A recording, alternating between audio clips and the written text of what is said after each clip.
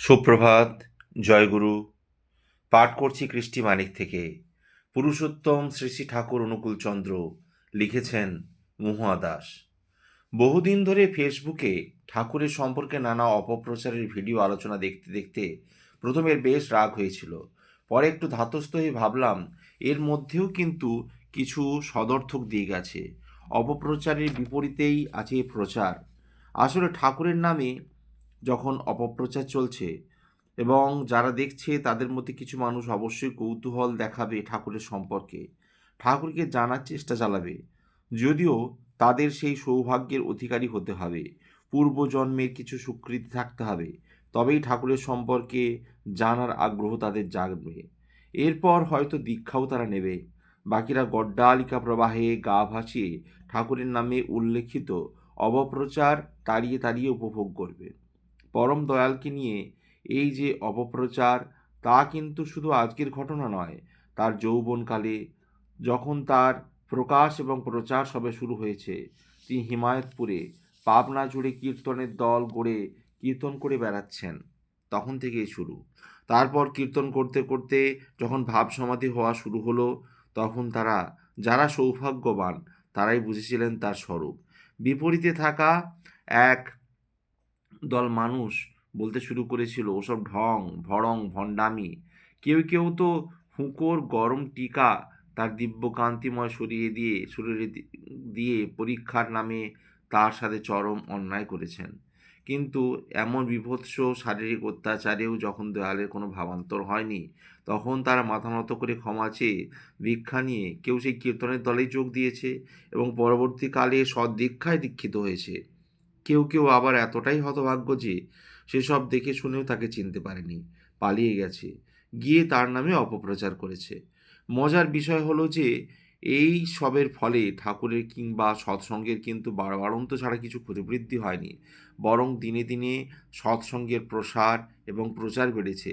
ঠাকুরের লীলা পার্শ্বদের মধ্যে যেমন সমাজে তথাকথিত অতি দিনহীন ব্যক্তি ছিলেন, তেমনই ছিলেন এক একজন দিকপাল, যারা উচ্চশিক্ষায় শিক্ষিত, চাকরি করতেন উচ্চ পদে, বিলাস বৈভবে গা ভাসিয়ে রাজার হালে থাকতে পারতেন, কিন্তু তাদের পূর্বজন্মের কর্মফল এতটাই বেশি ছিল যে তারা ভিন্ন ভিন্ন সূত্রে কেউ বা কোনো সৎসঙ্গী দ্বারা অনুপ্রাণিত হয়ে ঠাকুর দর্শনে এসে আর ফিরে যাননি। একজন সুধী মানুষের জীবন ছেড়ে, অর্থের প্রলোভন ছেড়ে পরমার্থ লাভের আশায় ঠাকুরের শ্রীচরণে নিজেদের সমর্পণ করেছেন। উদাহরণ হিসাবে বলা যায় শ্রীকৃষ্ণ প্রসন্ন ভট্টাচার্যের নাম। তিনি ছিলেন তৎকালীন সময়ের এক উল্লেখযোগ্য বিজ্ঞানী, ডক্টর সিভি রমনের সহকারী বিজ্ঞানী, gold medalist, MSc first class first. সমাজের এত উচ্চ স্তরের মানুষ তিনি। তিনি নিশ্চয়ই সাদা ধুতি পরিহিত শুভ্র বর্ণের, অন্তর্দৃষ্টি ভেদী সম্পন্ন দিব্যজ্যোতি আলোকময় যথার্থ অর্থেই এই ব্রাহ্মণের মধ্যে এমন কিছু দেখেছিলেন যে সংসারের সব মোহমায়া ত্যাগ করে তার স্মরণে আশ্রয় নিয়েছিলেন। তাছাড়া এই সময়ের কত শত সহস্র মানুষের নাম নেওয়া যায়, যারা স্ব স্ব ক্ষেত্রে প্রতিষ্ঠিত হয়েও তার দরবারে এসে আর ফিরে যাননি, পার্থিব টানকে অস্বীকার করার ক্ষমতা দেখিয়েছিলেন।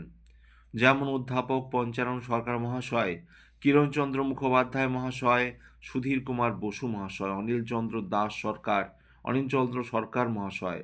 শুধু ভারতীয়রা নন, অনেক বিদেশীয় ঠাকুরের সান্নিধ্যে এসে তার সৎনামে দীক্ষিত হয়ে তার আদর্শ প্রচারে নিজেদের নিয়োজিত করেছিলেন। এদের মধ্যে ছিলেন হাউজার ম্যান্দা, স্পেন্সার দার মতো বহু মানুষ, যাদের সম্পর্কে অনেক কথা জানা যায়। আলোচনা প্রসঙ্গে, নানা প্রসঙ্গে সহ ঠাকুরের অমূল্য বাণী সমন্বিত মহামূল্যবান ইষ্ট প্রসঙ্গের আলোচিত গ্রহণের মধ্যে এরা নিশ্চয়ই এই অপপ্রচারকারীদের থেকে সব দিক থেকে অনেক উচ্চকোটির মানুষ ছিলেন, যা বলা ভালো। অর্থাৎ পরম দয়ালের চরণে আশ্রয় নেওয়ার জন্য এদের পৃথিবীতে জন্ম হয়েছিল। পুণ্যপুঁথিতে ঠাকুর বলেছেন, আমার আমিগুলোকে কুড়িয়ে নিতে এসেছি। এই প্রসঙ্গে একটা কথা বলে রাখা ভালো, তিনি তো সবার পিতা, বিশ্ব স্রষ্টা, তাহলে কেন বললেন আমার আমিগুলোকে কুড়িয়ে নিতে এসেছি? আসলে একই সঙ্গে তিনি পরম দয়ালু বটে, আবার ভয়ালু তিনি। তিনি সবার জন্য সঠিক ও সুষ্ঠুভাবে বেঁচে থাকার জন্য, জীবন বৃদ্ধির পথে এগিয়ে যাওয়ার জন্য ইষ্ট নির্দেশ দিয়েছেন। কিন্তু যারা তার সঙ্গে যোগযুক্ত নয়, যারা তার সৎনাম গ্রহণ করেনি, একমাত্র তারাই পরম দয়ালের কথা অনুযায়ী আমার আমি নয়। এটা অনেকটা সেই ঘটনার মতো যখন বিশিষ্ট ভক্ত সুরেন্দাকে যশিরি থেকে কলকাতায় যাওয়ার সময় ভয়ঙ্কর ট্রেন দুর্ঘটনা থেকে রক্ষা করে ফিরিয়ে আনার পর সুরেন্দার প্রশ্নের জবাবে পরমদয়াল বলেছিলেন, সুরেন্দা, আমি সবাইকে ডাক দিয়েছিলাম বাঁচানোর জন্য, কিন্তু রেডিও যেমন সবার ঘরে থাকলেই বাজে না, তার সুইচ অন করতে হয়, তবে সে আকাশ বাতাসে ভেসে আসা তরঙ্গের সঙ্গে যোগসূত্র করতে করে বাজে। গান নাটক সহ আকাশবাণীর সব অনুষ্ঠান শোনা যায়।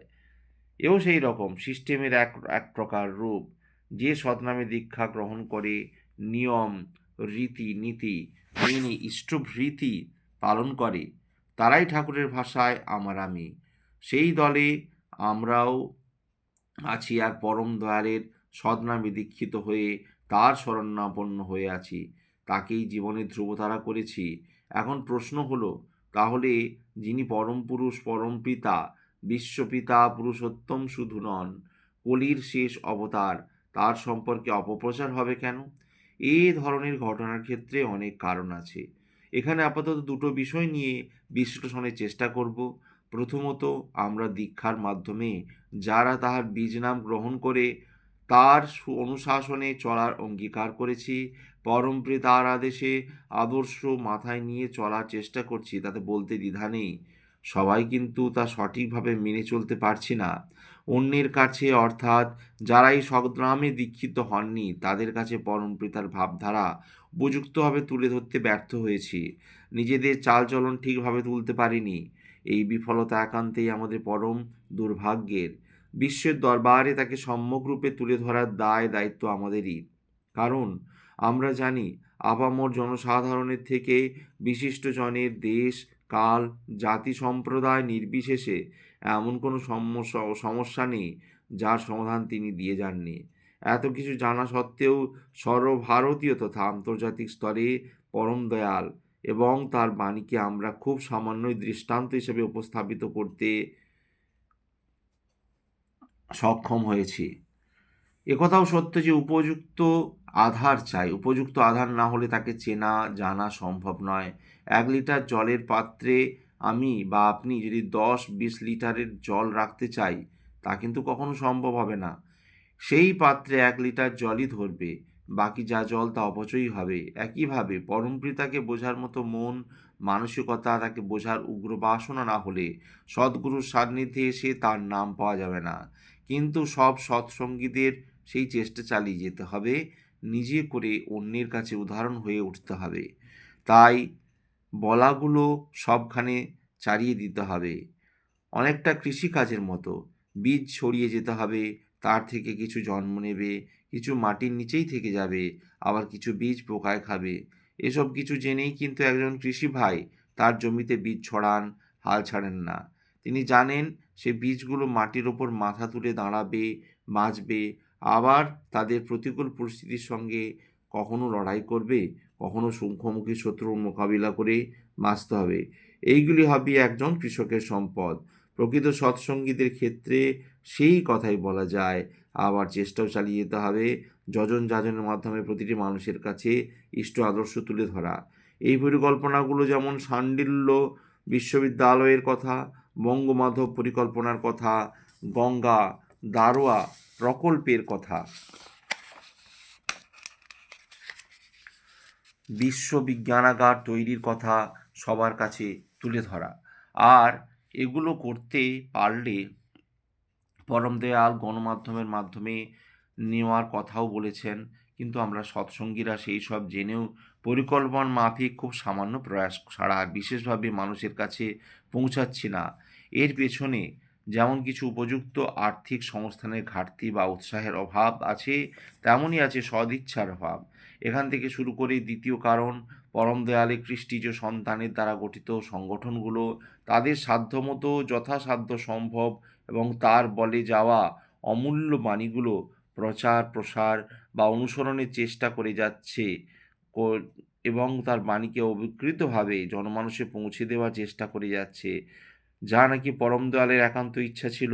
সেই জায়গা থেকেই তিনি প্রেস বা সৎসঙ্গে নিজস্ব ছাপাখানা তৈরি করেছিলেন, যাতে করে তার বলাগুলো ছাপার আকারে লিপিবদ্ধ থাকে এবং বিশ্বের সকলের কাছে তিনি যেমনভাবে বলেছেন অবিকল সেইভাবে পৌঁছে যায়।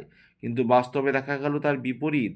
পরম দয়ালের উত্তরসূরিদের হাতে আর্থিক প্রাচুর্যের অভাব না থাকলেও তার মহামূল্যবান বাণী সঠিক ও সম্যকভাবে অবিকৃত আকারে প্রচার প্রসারের মাধ্যমে ক্ষেত্রে সদিচ্ছার যথেষ্ট অভাব বা মানসিক দৈন্যতা রয়ে গেছে। ফলে যা হওয়ার তাই হচ্ছে। পরম দয়ালের বাণী সকলের কাছে পৌঁছাচ্ছে না। এখানেই শেষ নয়, পরম দয়ালের উদ্দেশ্যে পাঠানো মহার্ঘ স্বরূপ ইষ্টার্ঘ ব্যক্তিগত বিলাস বৈভাবে ব্যয় করা হচ্ছে। পরম দয়াল ছিলেন আবাং মানসগোচর ঋষি, শ্রেষ্ঠ ভবিষ্যৎ দ্রষ্টা পুরুষ। তিনি জানতেন এমনটাই হবে, তাই তিনি বলে গেছেন, সৎসঙ্গ সমাজে দুর্দিন আসবে সেদিন, যেদিন টাকার বৃষ্টি হবে। বেদ ও বেত্তা পুরুষের কোনো কথাই এ পর্যন্ত ভুল প্রমাণিত হয়নি, হেলা যায়নি। এক্ষেত্রেও তাই হয়েছে। তার কথা অক্ষরে অক্ষরে মিলে গেছে। শুধু তাই নয়, পরম দয়াল হলেন কলির শেষ অবতার, যার জায়গা একমাত্র তিনিই পূরণ করতে পারেন, অন্য কেউ নয়। তিনি বলে গেছেন, আপনাদের যা দিয়ে গেলাম তা আগামী কয়েক হাজার বছরের খোরাক। কথাটা খুব ভালোভাবে বোঝার দরকার আছে। 10-20 বছর নয়, কয়েক হাজার বছরের রসদ তিনি মানব সমাজের জন্য দিয়ে গেছেন। এত কিছু জানার পরেও যদি বংশ পরম্পরায় কুলগুরু প্রথার মতো পুরুষোত্তমের ছবির পাশে আরও ছবি স্থান পায়, তা নিয়ে যদি অপর প্রান্তের মানুষজন অপপ্রচার চালায়, তা কি খুব দোষের? এক কথায় উত্তর হবে না। তবে আশার কথা এই, তার কাজ তিনিই করিয়ে নেবেন, এবং তা সে আজ হোক বা কাল। তাই অপপ্রচারকারীদের জন্যেও পরমপিতার কাছে তাদের মঙ্গল প্রার্থনা জানিয়ে আমরা প্রতিটি সৎসঙ্গী তার আদেশ আদর্শ বলা কওয়া নিজেদের চরিত্রে বাস্তবায়িত করে পরম দয়ালের অনুশাসনে চলে তার ইচ্ছা পূরণের সাধ্য চেষ্টা চালিয়ে যাওয়ার অঙ্গীকারে আবদ্ধ হই। সেইভাবে পরমপিতাকে দেওয়া যোগ্য অর্ঘ্য। বাকি রইল তার রথ, তা তিনি চালিয়ে নেবেন। আমরা শুধু তাকে চেপে ধরে রাখব, তা আর কবির ভাষায় গেয়ে উঠব, যে তোমায় ছাড়ুক, আমি তোমায় ছাড়ব না মা।